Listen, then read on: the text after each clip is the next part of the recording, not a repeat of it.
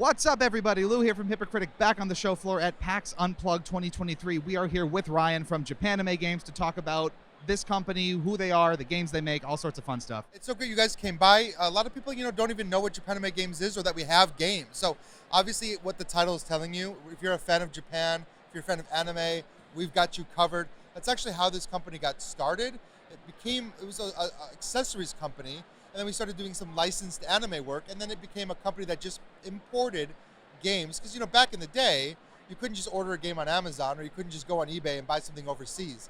Companies like Japanime were importing hard to find, specifically Japanese games to the American market, most of which happen to be animes that you might recognize, games like Sailor Moon, Cowboy Bebop, famous IPs like that. And then over the years, we've kind of branched out. We've started creating our own content, anime-inspired content, stuff that's not tied to any specific IP like Sushi Boat, but that fits right at home with like that Japanese aesthetic. So we've come a long way. We do a whole line of games. We do a whole line of accessories, which you can see behind me. So pretty much we can offer anything for gaming needs. Very cool. And the portfolio of products that you have, I think, really speaks to that.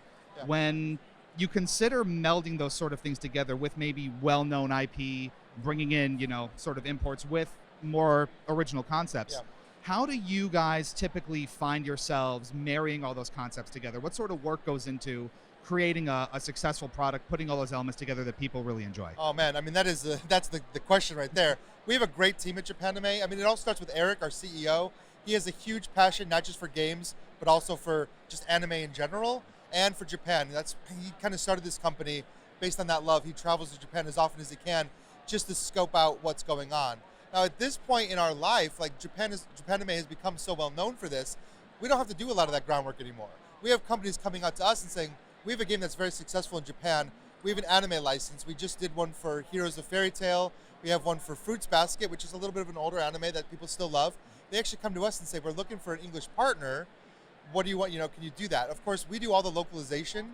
So like a lot of the process of bringing a game over is the translating it, making sure the concepts make sense for the American audience, making sure all the language is correct. So we have a whole team, a localization team, like marketing, product design, management. Like it's a big company, probably a lot bigger than people think it is just looking at the booth here.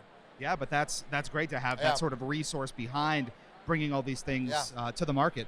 Now, when you consider, again, that sort of process and the road of bringing these products out, what have you found is typically one of the most challenging parts of that process that maybe people don't necessarily consider or think about when they just pick up the game and start playing it?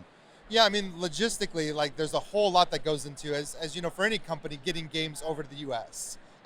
Things like production and, for us especially, taking production over from another company that's already kind of started that process. So a lot of these games were published in Japan or maybe in other countries. Now they're coming to the U.S., but the way that they handle their production, the way that they design their files, the way that they submit things, there's many different systems out there of how to produce a game, right? And so finding out that some things were done wrong too late in the process, there are struggles. We had Sushi Boat, which is one of our great games that we came out with, and it was delayed almost an entire year. And people will say, okay, well, what happened? Well, when you're fine-tuning a game like that needs to be like so perfectly produced, you have to keep sending it back to the manufacturer saying like, it's a little bit wrong, even if it's just like a millimeter off. And I don't think people realize like how much that process is involved and how many people are involved in actually approving a game. Because we don't want to release something that's not up to our standard. And so we'll send it back to the factory as many times as we need to until it comes out perfect.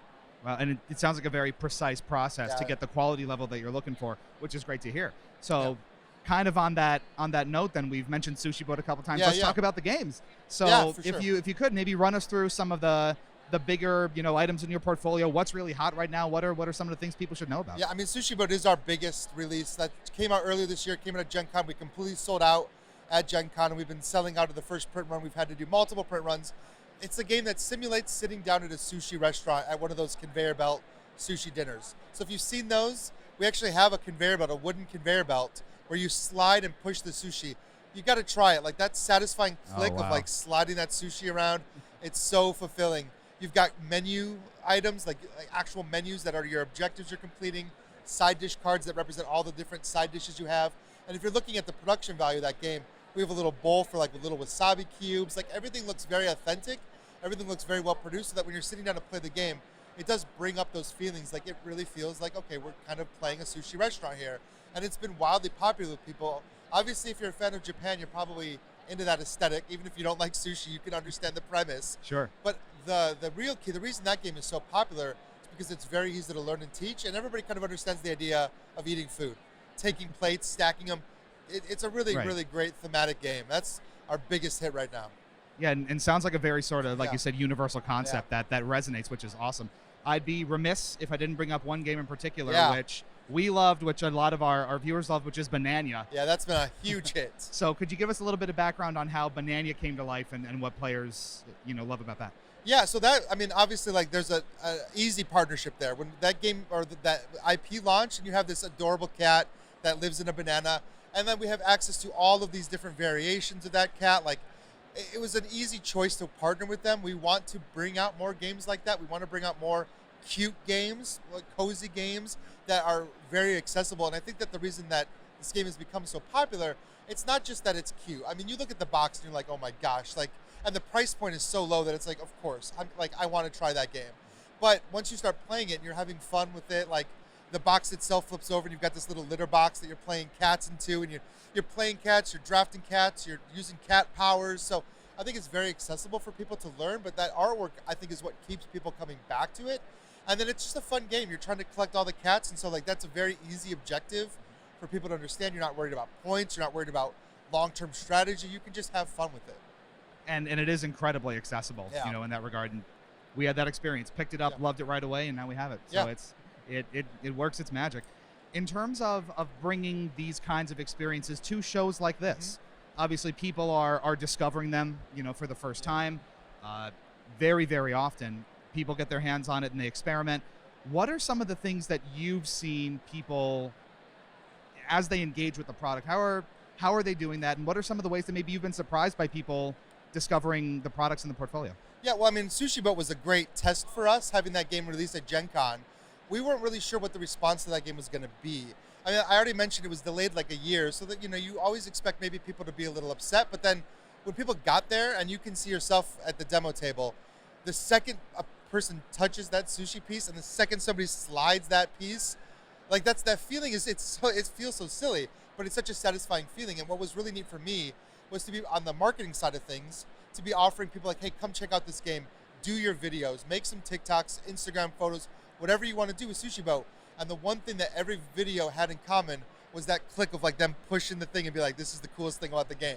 So like being able to highlight that and saying like, everybody seems to love this whole conveyor belt aspect. And then when you see TikTok after TikTok coming out of people just pushing sushi around the conveyor belt, you're like, okay, people are obviously having a lot of fun with this mechanic.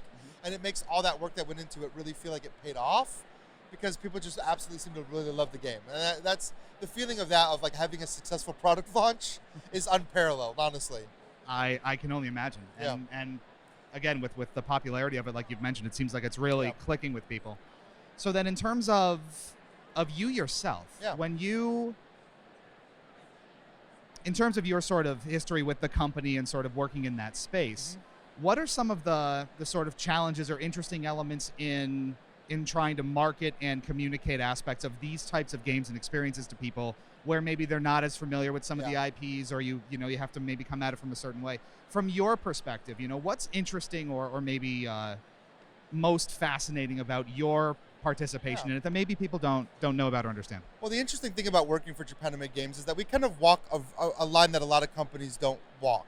In fact, PAX U is very much a gaming con, whereas our audience isn't necessarily the hardest core gamers. Our booth, like we're popular at PAX. People come to us because they like the board games. But at anime cons, swamped, because we really cater to the anime audience first. And a lot of that anime audience, they almost don't, the way that we would market a board game, they don't care. Deck builder, worker placement game, they don't care. It's Cowboy Bebop, they're gonna get it. And so we have people that come at anime cons, like a lot of times when we go to those kind of conventions, we are the only game selling company there. So we have a much bigger name, I think, within the anime community than we do in the board game community. Of course, there are some things like, Banania and then Sushi Boat that are kind of changing that. People are kind of, the idea of Japanime as just this anime company. And like, if you don't like anime, don't shop there. That's changing. We're trying to get away from that. We want people, I don't care if you like anime or not, Banana is just fun. Sushi Boat is just fun.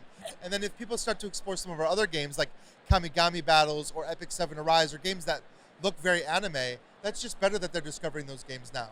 Yeah, and it sounds like you're kind of successfully then catering to multiple crowds, different pieces of broader audiences, and Yes. finding good results then. Yeah, I mean, it has been great, but it's interesting to go to an anime con and people are like, yeah, of course, Japanime Games. But then in the board game world, people are like, Japanime Games, I've kind of heard of it. We've got a giant booth, we've got a giant banner, but still, we're not part of that cultural zeitgeist in the board game industry as much as we are in the anime. But our whole goal is to kind of bring those things together. And that's part of my job, is to market more to all the different audiences. And we have people from casual gamers all the way to heavy gamers that we're trying to cater to. So it is a very wide market, but it's a great community. Certainly sounds like Yeah. it. So then, final question. If people want to learn more about the games and maybe get some for themselves, where should they go? Check out our brand new website. So we've got a whole mailing list coming. We've got some amazing new products lined up for next year that we're going to be announcing soon. We're going to be dropping our whole roadmap for 2024, which has got some real cool stuff on it. So definitely, if you're not a subscriber to our mailing list, get on our website, get part of our mailing list, get updates. We're going to talk about all the cool new stuff. Some of it's anime and some of it's not. So it's going to be exciting.